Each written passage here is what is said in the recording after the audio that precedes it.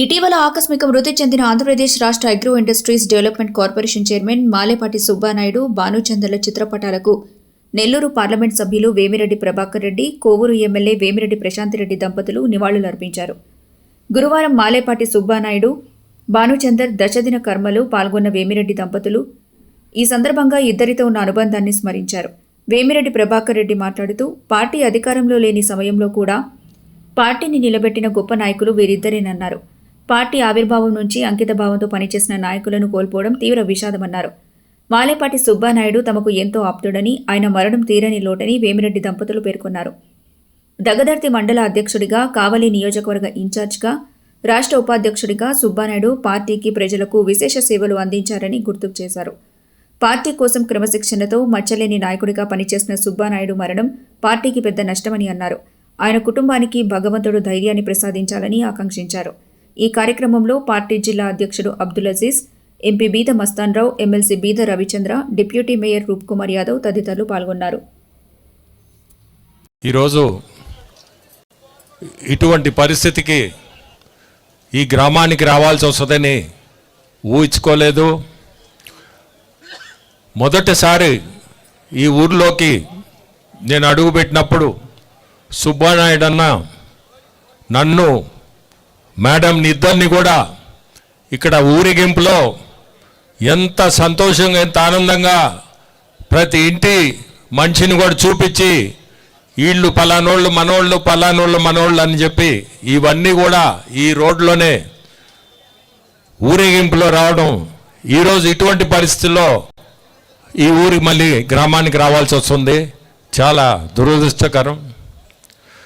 చాలా పెద్ద మనిషి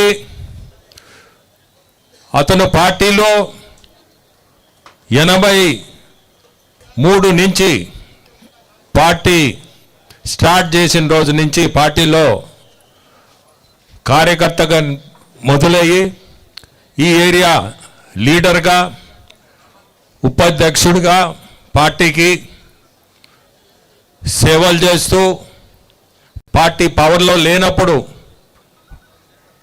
ఈ ఏరియాలో అతనే ఒక లీడర్గా ప్రతి ఒక్కరికి కూడా సహాయపడుతూ నిలబడిన వ్యక్తి. ఈరోజు భానుచందర్ని చూస్తే వయసు 39 సంవత్సరాలు. రవీంద్ర అన్నకి ఇటువంటి ఘోరమైన పరిస్థితి ఎందుకని ఏర్పడిందో కూడా చాలా బాధాకరం. భగవంతుడు ఈ ఫ్యామిలీని ఖచ్చితంగా కోల్పోయారు, కానీ ధైర్యంగా ఆ భగవంతుడి ఆశీస్సులు ఉండాలా అని కోరుకుంటున్నాను. మా వంతు ఎప్పుడైనా ఏదన్నా మేము చేయాల్సింది ఉంటే ఖచ్చితంగా ఒక ఎంపీగా నేను మాటలు ఇస్తున్నాను. ఖచ్చితంగా మా సైడ్ నుంచి ఏది ఉన్నా మేము ముందు రోజుల్లో ఆ కుటుంబానికి సహాయంగా ఉంటాము.